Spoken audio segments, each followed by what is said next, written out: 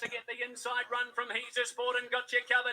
BD Joe the leader, Spankum 2 lengths away. Then came Self Assured. It's BD Joe, Spankum to length off him. BD Joe's in front, and they've handed him the classic.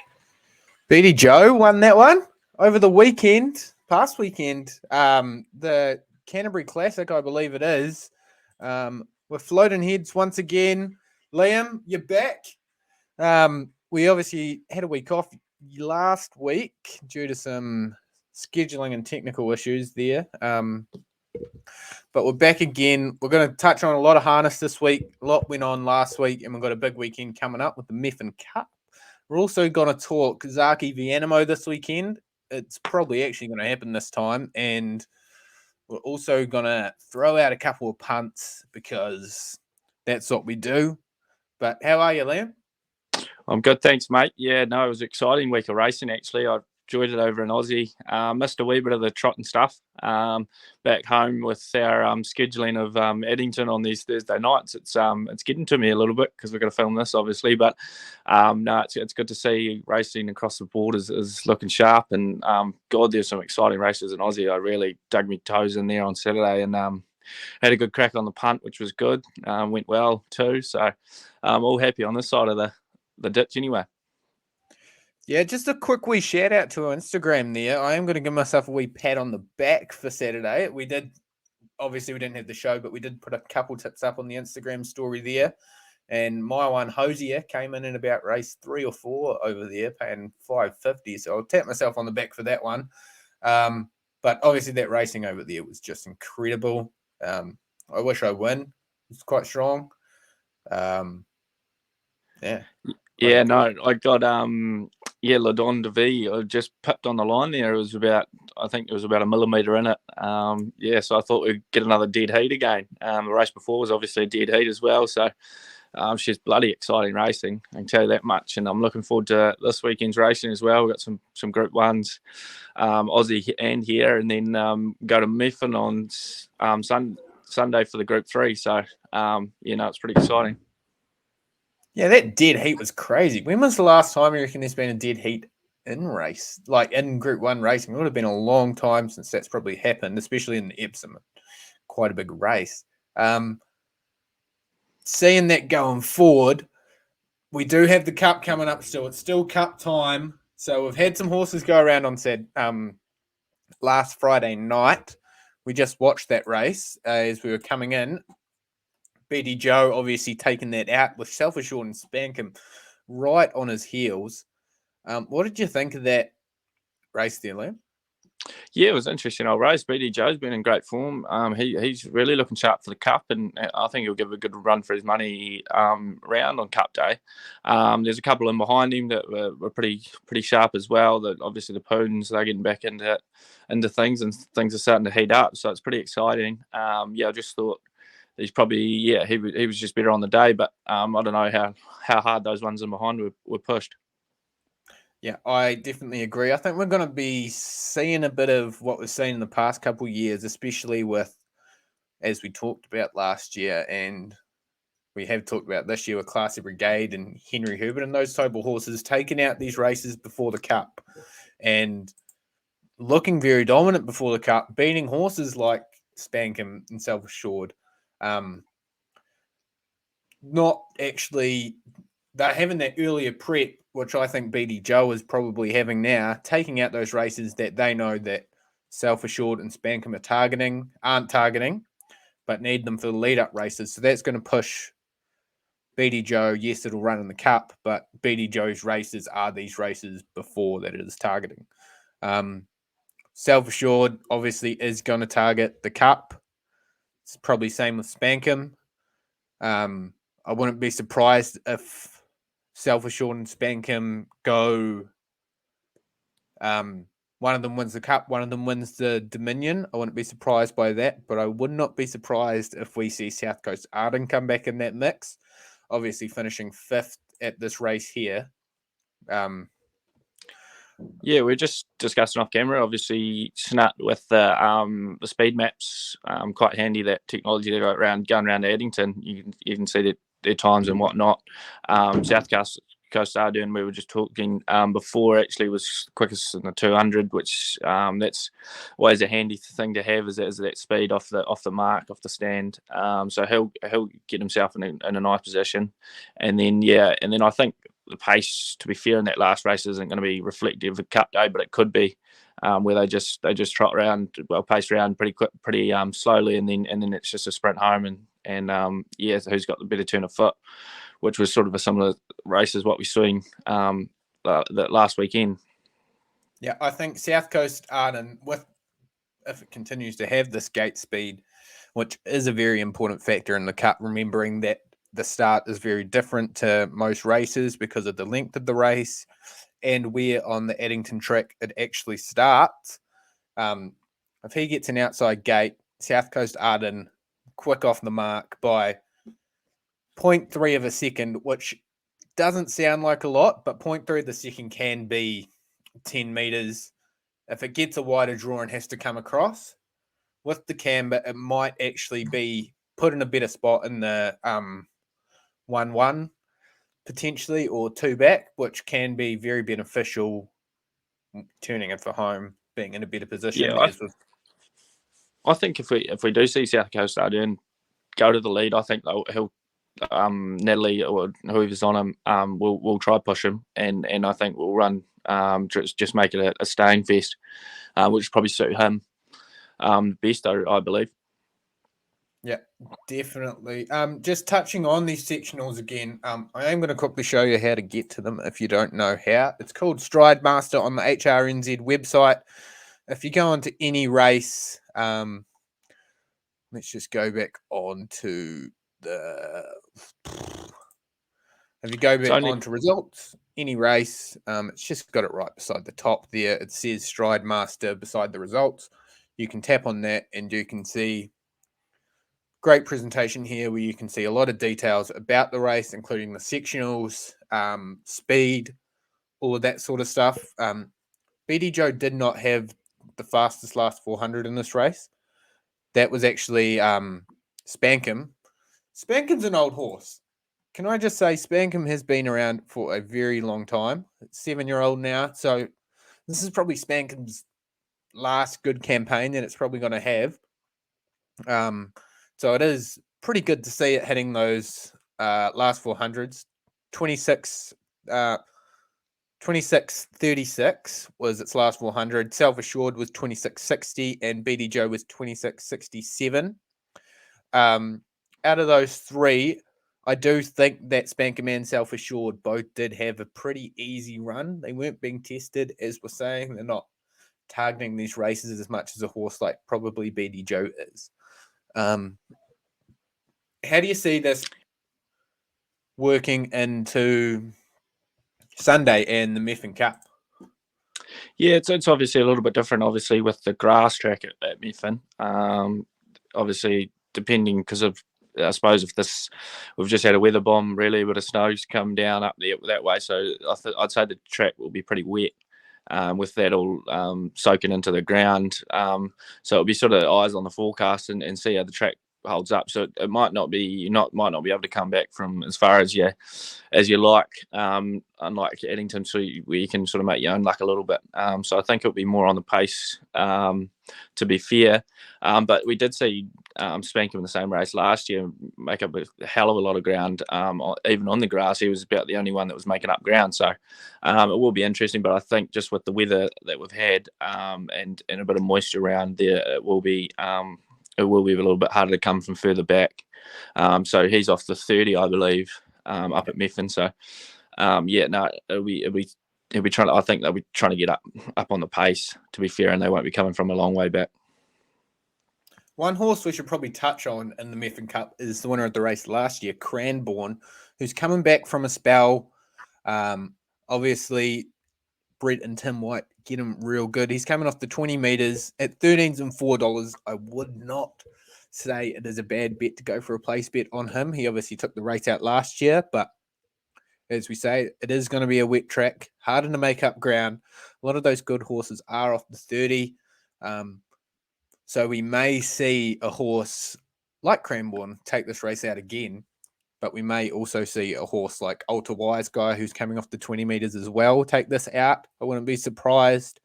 Self Assured, South Coast Arden, Spankum, they are all off the 30 meters, which, again, with that gate speed of South Coast Arden that was seen last week, potentially could play a factor here, but may push them a little too far back at the start. Yeah, I think you're right. It's like the old gate speed will help South Coast Arden, but I think it'll be coming around 3 wide and trying to get onto the top of them. So there will be some race moves, I'd say. Yeah, I do like the Cranbourne. Yeah, he's a classy horse. He's just going to have to get his manners right, and he'll be right there, I believe. I'm quite a big fan of his. So yeah, it'll be interesting to see. Anyway, it's going to be a great race. I think this race at Methven, because it's going to be wet, because it's on the grass, will be a better form race for the longest staying race that is the New Zealand Cup than the race that we saw last week, and some of the other lead-up races, because it'll show how they can stay a bit better. If it's harder to run on grass, it's going to be wet, which makes it harder to run on grass. So the horses will have to work harder for it. So it'll be very interesting to see how these horses go this weekend and how that will lead into the Cup. Yeah, you did right on that. I think it will be a good fitness test. We'll see how firm and how hard they are this weekend. As you said, with the wet, the toe will go on a bit further, and yeah, it will be interesting to see. We'll get a good taste on their fitness. Definitely will. I must say, without Harry here, it is a lot more tamer. No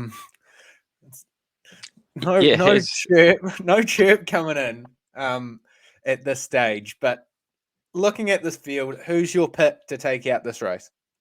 I'm going to go Cranbourne. I do like Cranbourne, I think, but his manners are going to have to behave. I just, with the weather and whatnot, I think those ones off the 30 metre might be just a little bit too much of a push for them. I know they're classy horses, and this will be a good test for them, and they'll probably be having a good blowout up at Methven. But yeah, I'm happy to probably go around Cranbourne.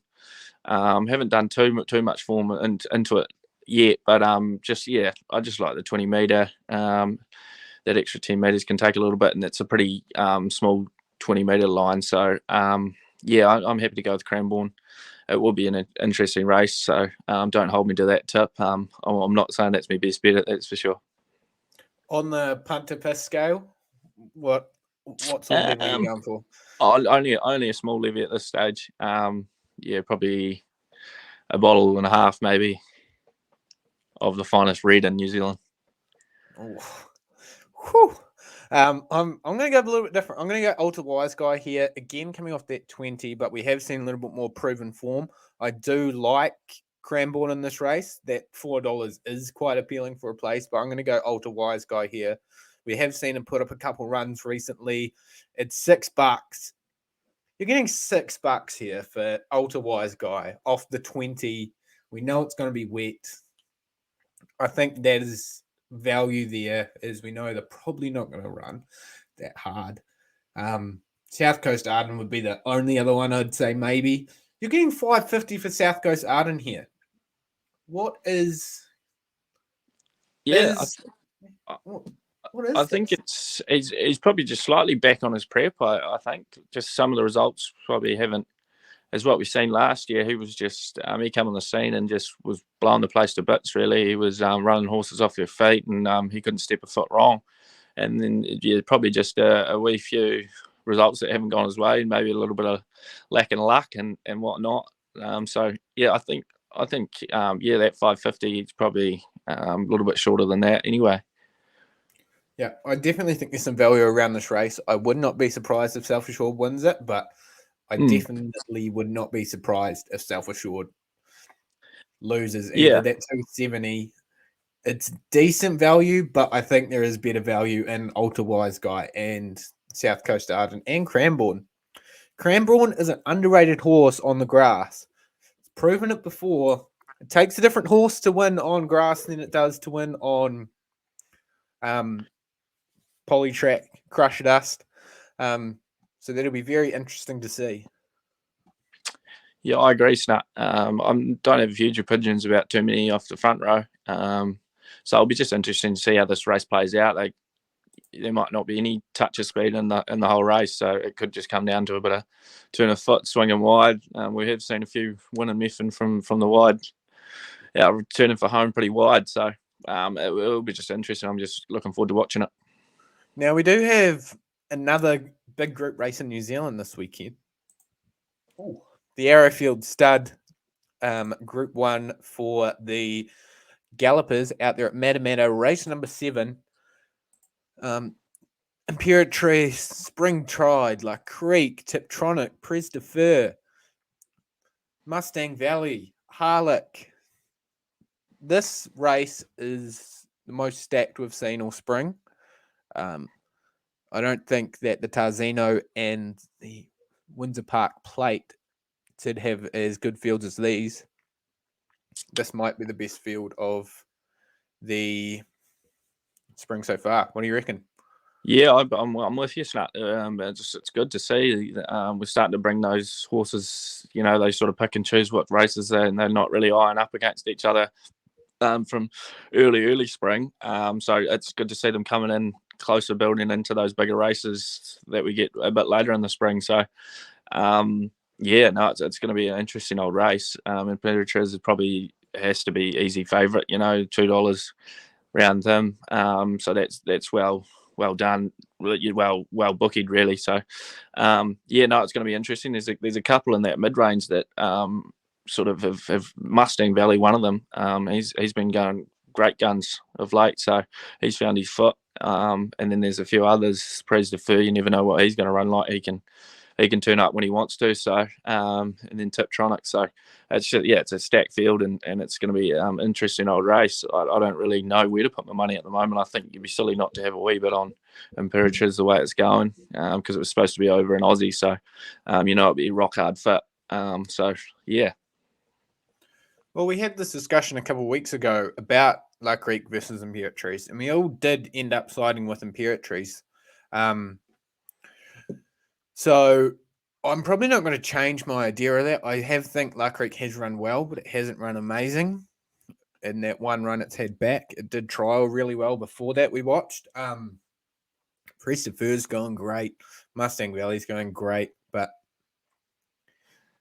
actually Imperatriz last start wasn't a great run. Wasn't too exciting. Dark Destroyer had his balls for breakfast. That was wet. This is going to be wet. I don't know, man. This is quite a hard race to decipher.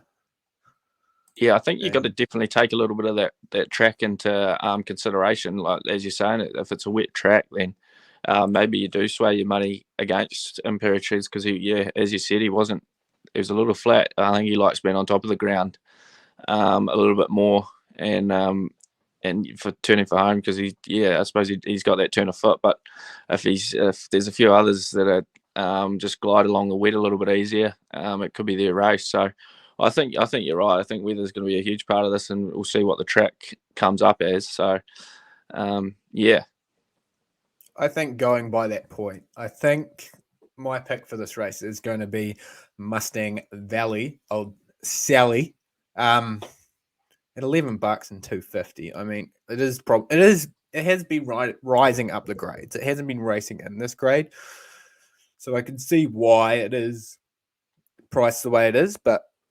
I think Mustang Valley is a horse to watch. Really, Forsmans haven't had a great horse in a while, and I think Mustang Valley can be that horse. And for $11, I'm happy to take a gamble on that. Spring Tide as well at 26 is you're getting for Spring Tide. That, yes, it has been on and off this campaign, but 26 is for Spring Tide again, very good value. I think this will end up kind of the same as the Methven Cup if these horses don't cop the ground. Pres de Fur again at $8. I think these two favourites might just be a little bit short for this, especially with both of their forms in the wet. Yes, Imperatriz has decent form in the wet, so Imperatriz should be on top, but I do think an upset from Mustang Valley and Springtide is very, very possible. I'm going to swing towards Praise the Fur. I think it's usually pretty gutsy. I think it'll put itself in the race, and you can't ask for much more than that. So I'm happy to go around him, and with Jason Lakey on the back. I know it's carrying a wee bit of weight, around the 60 kg. So I'm still happy to go with him because he's gutsy, and you can't fault a gutsy horse. Yeah, definitely. Another Group 1 on in Australia this weekend. We have the Might and Power, race number 7. It's the race we've been waiting for. We couldn't get it last time, but we've got it this time. Race number 7 at Randwick. Zaki v Animo. This race is going to be an epic one. Yeah, I'm fizzed up for this one, Start. It's, as we said, we're making a big song and dance about it the other week when they were supposed to line up together, and I'm looking forward to it because we finally get it. So, yeah, it's going to be an interesting race, and I'm going with my old mate Animo. I just love him. He's just an outstanding old horse, and young horse actually. But no, I'm happy to go around him. I think there's another couple of good ones in the race, but I'm betting this blind. I'm only one-eyed on Animo. I like the fella, so yeah, I'm going to go with Animo, and it wouldn't be surprised if he gets beat. But I just like the fella, so 240. I don't think you're going to get a better quote than that for Animo for a while. Definitely for a while. We love him here on the show. I am going with Animo. But I will say this is a stacked race. This is the most stacked race probably of... I said it for New Zealand. I'm probably going to say it for Aussie right now. This is the most stacked race that was seen in Aussie this spring because we have Animo, Zaki, Thunderstruck. The race that had all these horses in it, Zaki was taken out of. So Zaki, Animo, Thunderstruck, Alligator Blood, Moanga, Mr. Brightside, like nonconformist again. We talked about him last time, and Ben Dow. So I think Animo.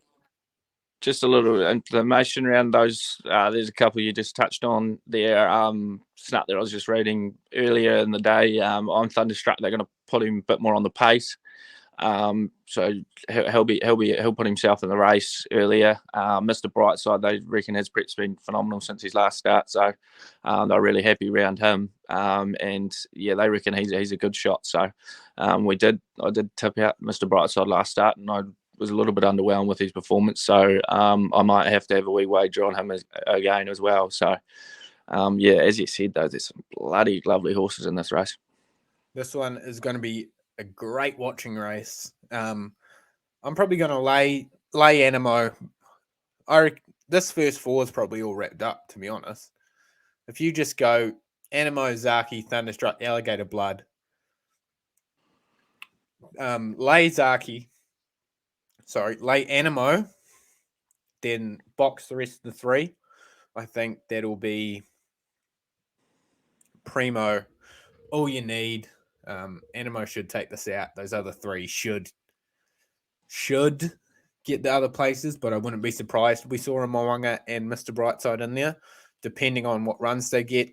Zaki's drawn the wide gate, so Zaki might be the one that's out of that top four for a horse like Mr. Brightside. I would not be surprised with the better draw, and they're actually all carrying about the same weight. Animo's got lightweight in the race, so another tick beside Animo there.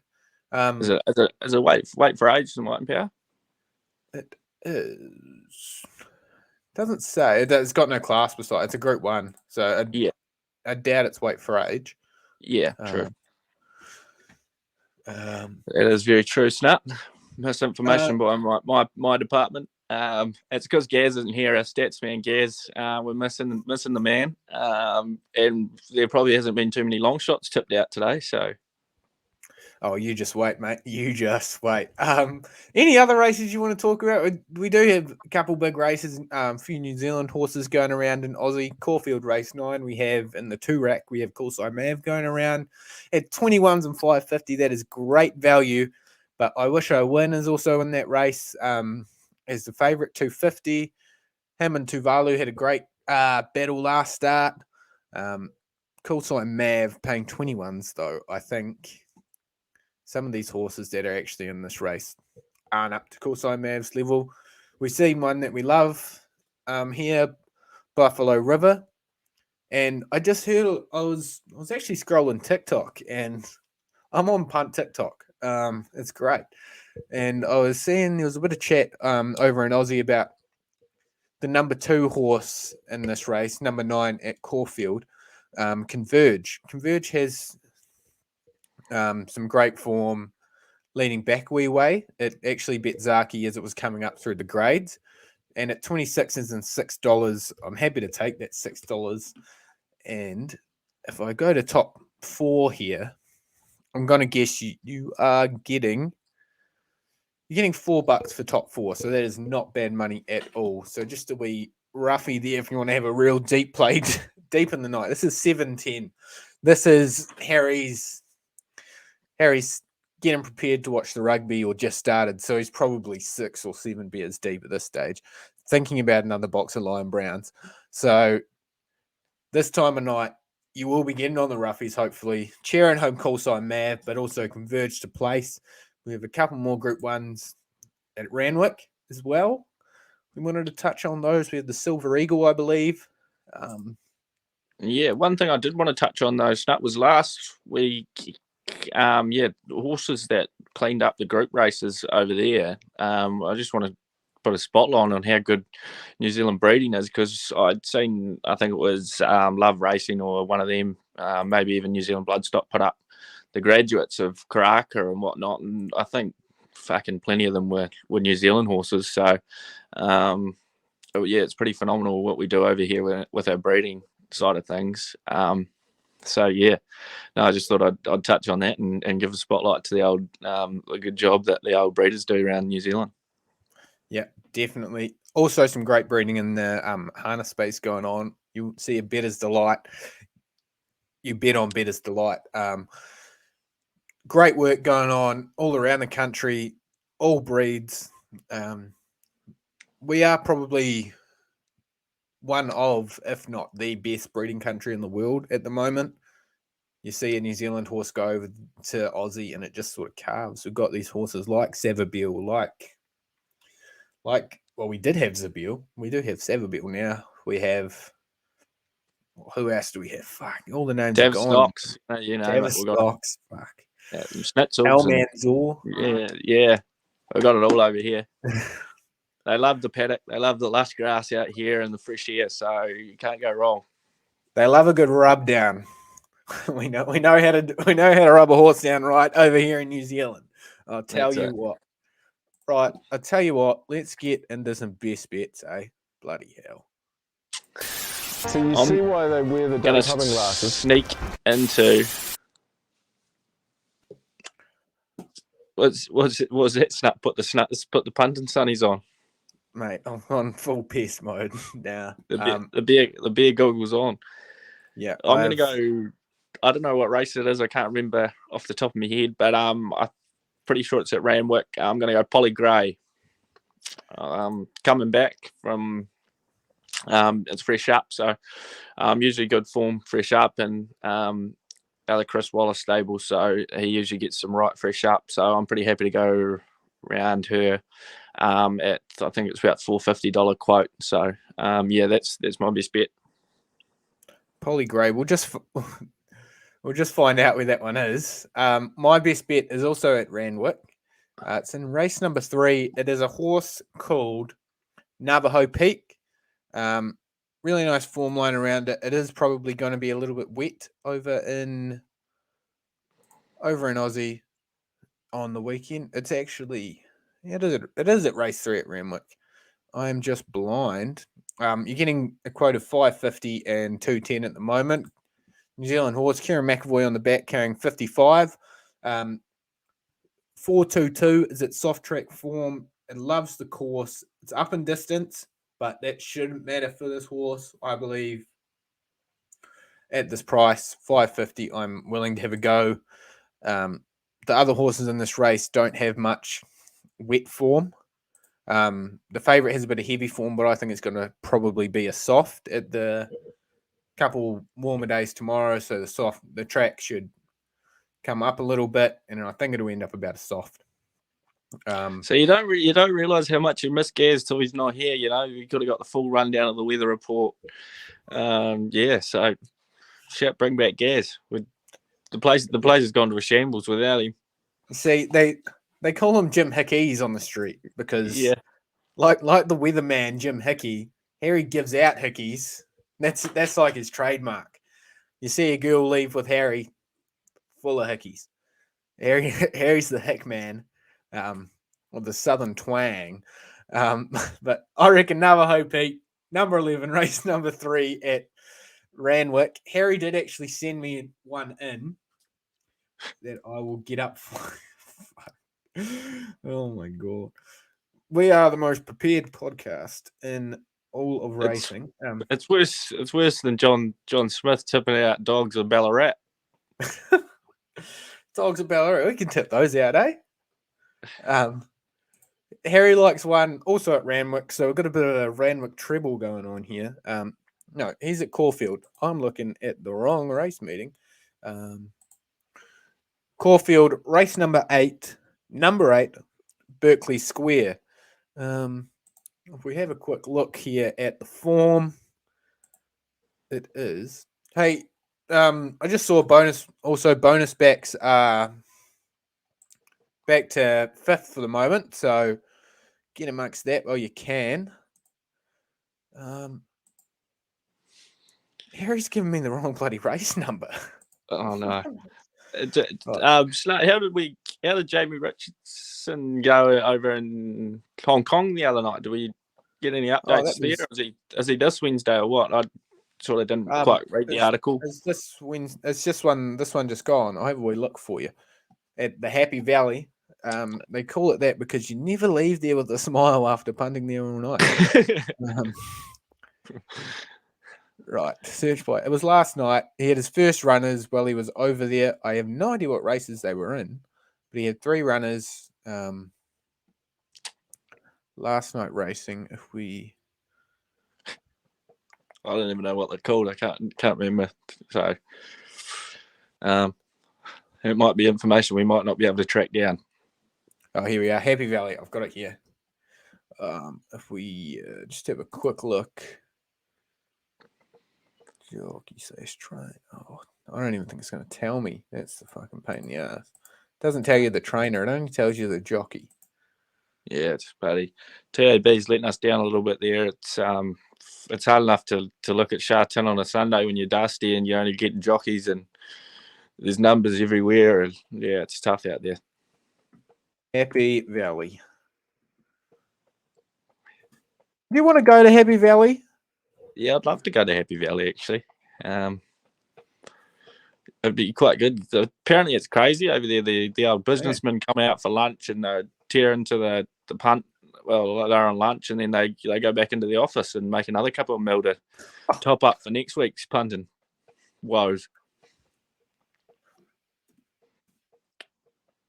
But I think we need to get this Kentucky Derby trip sorted. Probably be my highlight. Yes, yeah. It's like aggressively expensive though. Yeah, we might need a few more tips to go our way. We haven't even got the pool out of the bread line yet, have we?